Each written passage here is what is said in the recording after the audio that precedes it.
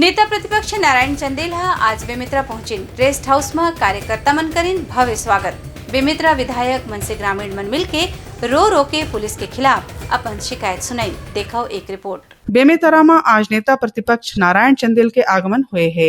Rest house में party के अन्य नेता मन के साथ कार्यकर्ता मन हा करत हवय मुलाकात।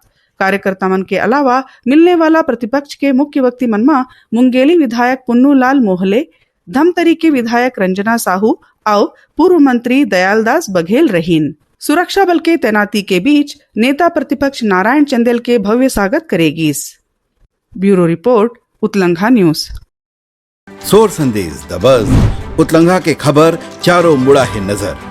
छत्तीसगढ़ी और अंग्रेजी भाषा में खबर पर रहो बेसबर। प्रदेश के पूर्व मुख्यमंत्री और नेता प्रतिपक्ष नारायण चंदेल के संगे संग भाजपा के कतकोन पदाधिकारी मन आज बेमेतरा जिला के बीरनपुर जवैया रहीन है। फिर एमन मल्ला पुलिस प्रशासन द्वारा पहली ही रोक देगिस। प्रशासन ढाले रोके के स्थिति भाजपा कार्यकर्ता मन गुस्सापन प्रकट करीन और बहुत ज्यादा बवाल मचाइन। भाजपा कार्यकर्ता मन के कहना रही से कि प्रशासन द्वारा जानबूझ के उन मन ला रोके के कोशिश करे जाथे।